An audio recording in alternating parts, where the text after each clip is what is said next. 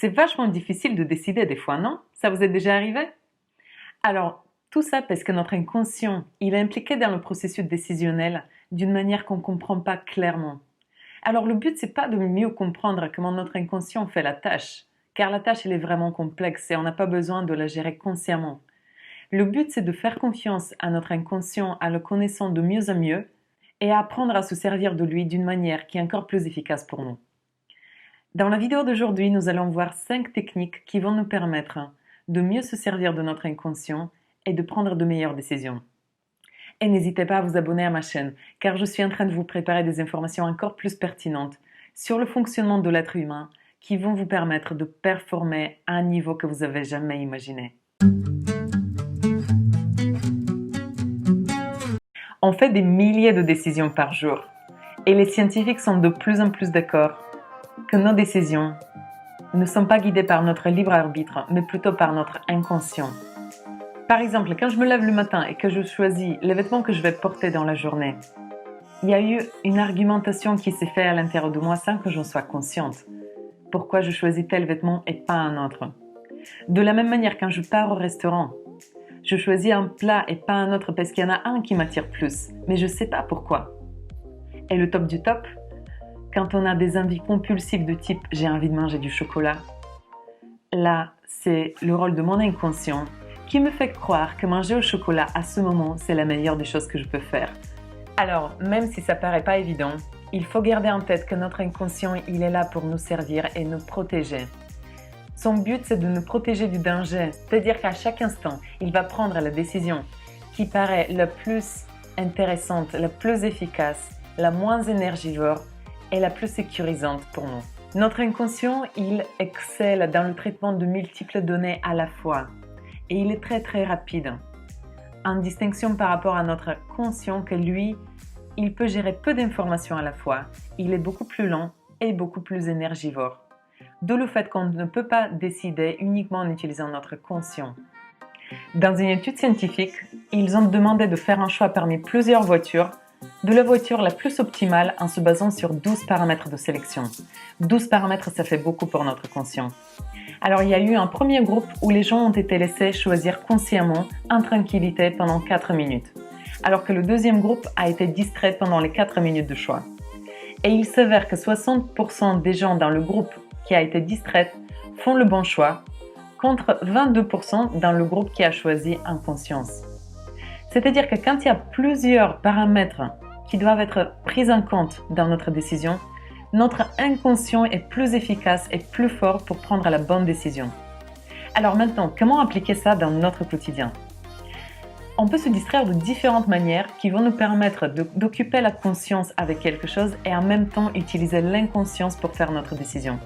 On peut mettre de la musique pendant qu'on travaille. Ou encore, on peut mâcher un chewing-gum ou manger quelque chose. Bien sûr, à ne pas abuser de celui-ci. Il y a des gens qui se rongent les ongles, c'est pas par hasard, c'est également un outil qui nous permet d'accéder à l'inconscience. Une deuxième technique pour utiliser notre inconscient au service de nos décisions, c'est d'utiliser la puissance de la nuit. Souvent, quand on a un problème, on essaye de le résoudre en allant en frontal. Et en frontal, ça ne marche pas la plupart du temps. En fait, pendant la nuit, ce qui se passe, c'est que tous les dossiers qui ont été ouverts dans nos têtes, un peu comme dans un ordi quand on ouvre les dossiers, pendant la nuit, notre inconscient va chercher à réorganiser ça et nous aider à trouver les solutions qu'on a cherchées dans la journée. Ils ont fait des expériences avec des rats qui ont été amenés à traverser un labyrinthe. Un groupe a été amené à dormir entre l'expérience même et le moment de réessayer de repasser le labyrinthe, et un deuxième groupe a été amené à passer le labyrinthe une deuxième fois sans dormir entre-temps. Ce qu'il s'avère, c'est que pendant la sieste du rat, son cerveau il va s'activer d'une manière qui est beaucoup plus rapide et qui va relier des éléments temporels qui étaient éloignés dans le temps. Ce qui va permettre au rat de reconstruire la structure du labyrinthe à l'intérieur de sa tête.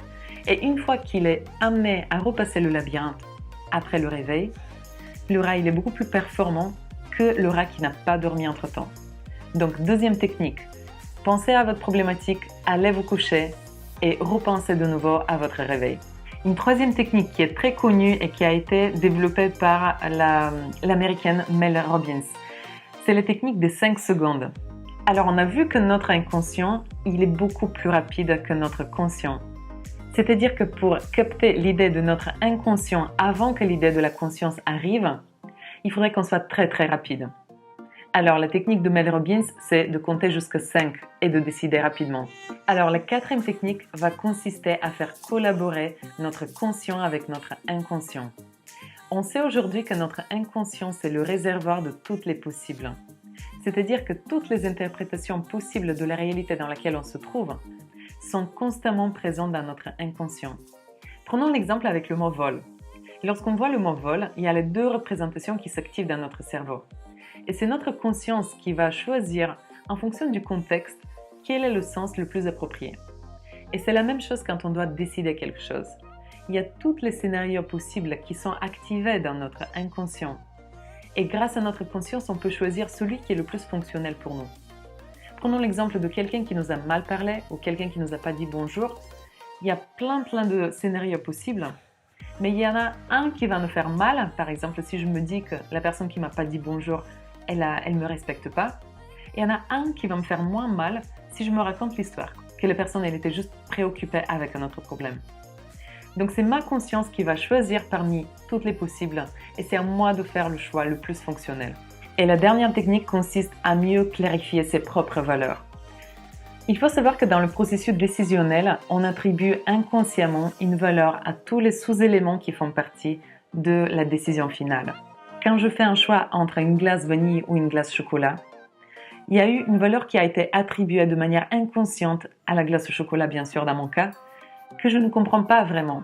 Donc, mieux décider, ça veut dire mettre en évidence la valeur que je porte aux choses et comprendre de mieux en mieux comment j'attribue de la valeur aux différents éléments du monde qui m'entourent.